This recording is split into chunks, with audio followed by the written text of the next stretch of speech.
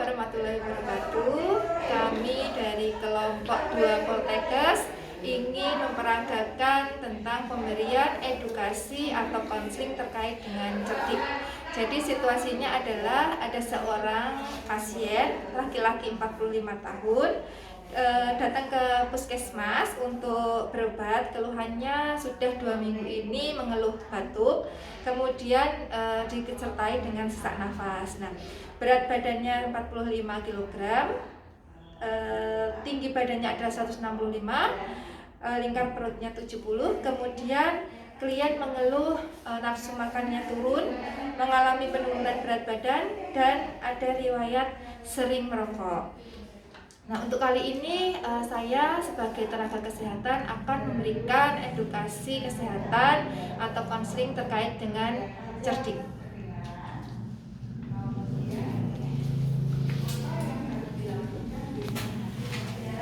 Selamat pagi, Pak. Pagi juga, Bu. Gimana kabarnya hari ini, Pak? Alhamdulillah baik, Bu. Bapak, ini kan tadi kan kita sudah melakukan pemeriksaan ya Pak ya, terkait dengan berat badan Bapak, tinggi badan, lingkar perut, kemudian tekanan darah dan kolesterol. Nah, dari hasil pemeriksaan Pak, ini kan berat badan Bapak tadi 45 kg, kemudian tinggi badannya 165 cm. Nah, ini kalau saya hitung dengan indeks massa tubuhnya itu hasilnya 16,5 Pak. Itu kalau menurut WHO itu tergolong masih kategori kurus. Nah, kemudian saya lihat juga kolesterolnya itu 197 ya Pak, betul? Nah, kalau dilihat Bapak sebelumnya berapa Pak kolesterolnya Pak? Pernah dicek apa buatan? Biasanya itu kolesterolnya selalu tinggi. Berapa? Kadang sampai 300-an itu, Bu. Nah, jadi memang tinggi ya Pak riwayatnya ya. Jadi kalau kolesterol itu sebenarnya kalau masih dikatakan normal itu kurang dari 200. Nah, kalau biasanya Bapak 200 dan ini 195 itu kan di batas tetapi sudah menjalan tinggi. Kemudian dari hasil wawancara tadi juga Bapak mengeluh berat badannya menurun ya. Bapak tidak nafsu makan, kemudian sering merokok ya. Karena sering melihat hasil pemeriksaan ini, jadi untuk waktu ini saya akan memberikan edukasi ataupun sedikit penjelasan terkait bagaimana supaya Bapak bisa perilakunya itu lebih sehat ya. Jadi nanti tadi yang ada Bapak riwayat sering merokok, kemudian nafsu makannya berkurang dan kolesterolnya tinggi, nanti bisa dicegah ya. Gimana Pak? Apakah Bapak bersedia? Ibu bersedia. Ya, jadi ini kurang lebih nanti 15 menit ya Pak ya. Kita berdiskusi saja, tidak perlu takut ya, relax saja. Nanti kalau ada hal-hal yang belum dipahami bisa langsung ditanyakan. Masih ingat saya Pak? Siapa ya, Bu? Kemarin pada saat Bapak datang ke sini waktu hari Senin sudah ketemu dengan saya, masih ingat? Saya lupa ingat ya, Bu. Ya, saya perawat Tri.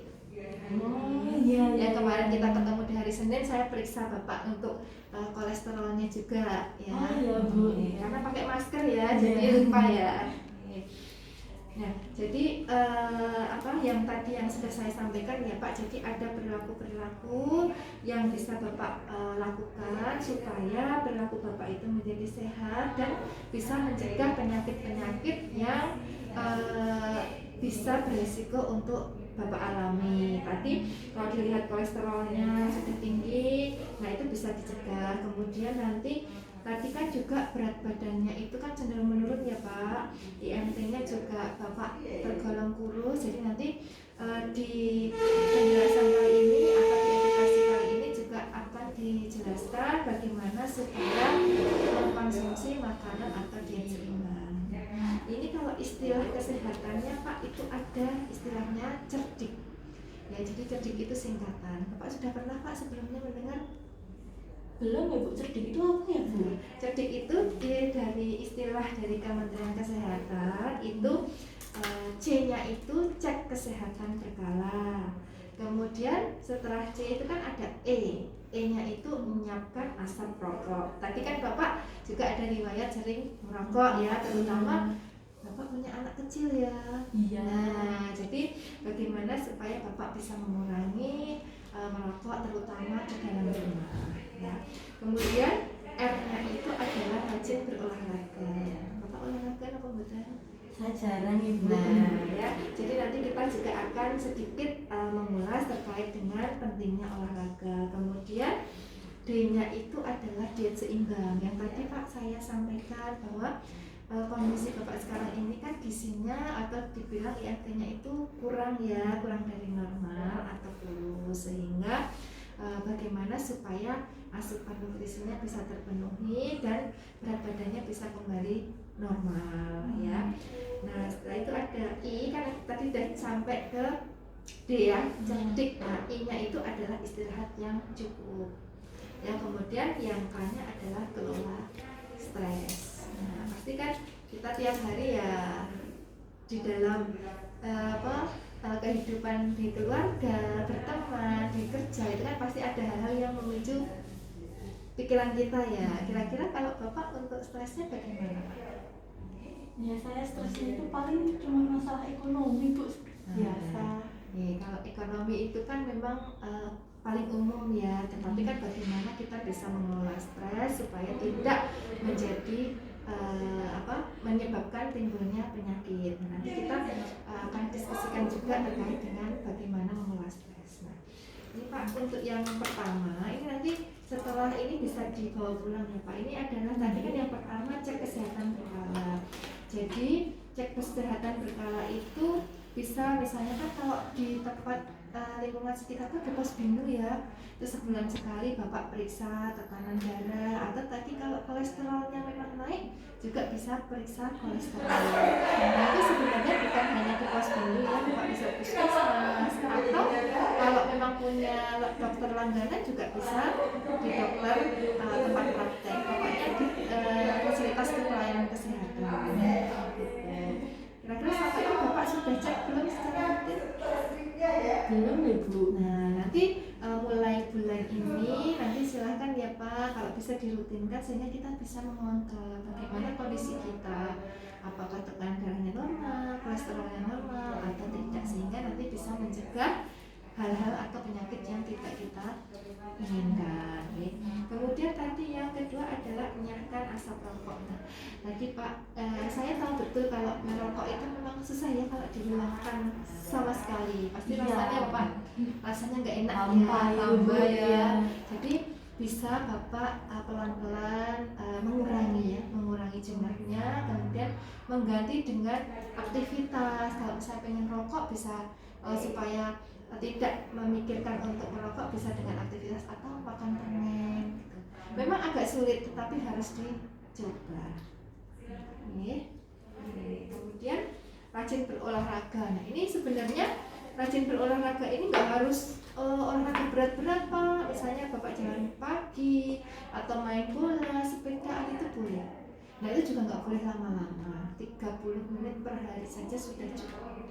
Atau kalau memang pemula atau Bapak tadinya jarang banget berolahraga, bisa misalnya seminggu itu 3 kali, setiap kali olahraga 30 menit.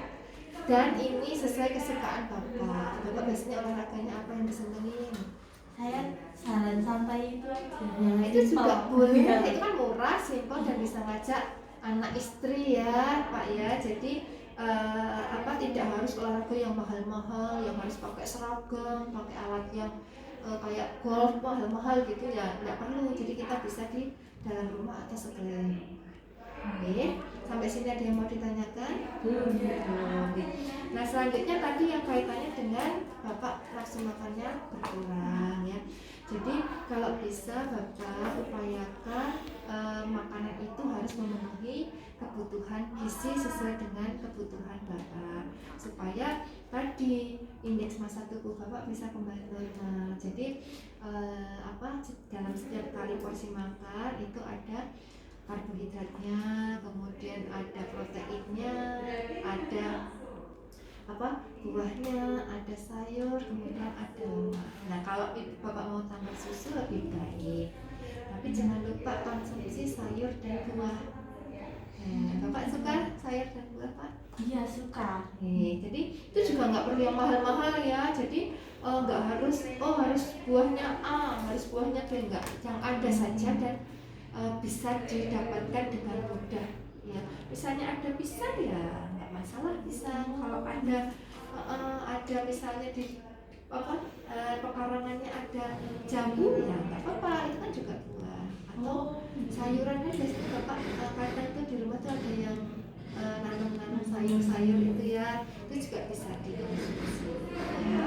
Jadi nanti mudah-mudahan kalau bapak teratur mengkonsumsi terus makannya juga 3 kali sehari dengan kebutuhan gizinya yang cukup, nanti berat badan bapak lama-lama bisa kembali normal. Kemudian yang selanjutnya tadi adalah yang istirahat cukup. Bapak bekerja kan ya? Iya. Nah, bekerjanya shift atau tidak Pak? Tidak Bu, dari pagi sampai malam. Karena bapak bekerjanya dari pagi sampai malam, upayakan kalau malam, kalau sudah di rumah, gunakan waktu untuk istirahat ya. Jadi kenapa harus istirahat? Kalau tidak istirahat nanti bapak bisa cepat lelah, kemudian konsentrasinya menurun. Nah nanti malah justru bisa memperburuk kondisi kesehatan bapak. Jadi cepat capek, cepat sakit. Jadi upayakan kalau malam bisa istirahat ya. Kemudian yang terakhir tadi yang tidak kalah penting dan biasanya paling banyak dialami oleh banyak orang adalah keluh stres ya. Jadi kalau misalnya kita tadi sebenarnya kita menerapkan perilaku sehat tadi yang sudah kita jelaskan tadi, insya Allah itu bisa membantu untuk mengelola stres. Kemudian gunakan atau stres ini dengan perilaku yang baik atau perilaku yang tepat. Misalnya kalau lagi banyak pikiran, jangan minum alkohol, jangan yang malah justru ke tindakan-tindakan yang kurang baik, tapi bisa memperbanyak doa, beribadah sesuai dengan keyakinannya Bapak, atau mungkin juga di sini bisa kita menyalurkan ke hobi. Ya kalau sudah mulai capek, mulai stres, Bapak bisa misalnya senangnya apa Pak? Hobinya apa? Main game. Nah bisa main game, tapi kan kalau main game jangan ini ya, jangan terus-terusan nanti semalaman main game nggak jadi istirahat. Jadi harus bisa mengatur waktu supaya tetap bisa menyalurkan hobi tapi tetap bisa istirahat juga. Ya itu ya Pak ya, kira-kira bagaimana Pak? Apakah ada yang mau ditanyakan atau belum dipahami? Sudah Bu, terima kasih banyak penjelasannya Bu. Oke. Nanti ini jadwalnya Bapak nanti bulan depan Bapak kesini lagi ya Pak ya, nanti cek lagi nanti kolesterolnya, tekanan darah, berat badan sama tinggi badannya. Nanti kita lihat, mudah-mudahan kalau Bapak sudah melakukan perilaku atau kebiasaan-kebiasaan yang tadi sudah kita diskusikan bersama, mudah-mudahan semuanya bisa kembali ke normal ya Pak. Saya tunggu nanti bulan depan, dan tadi ya harus apa Pak?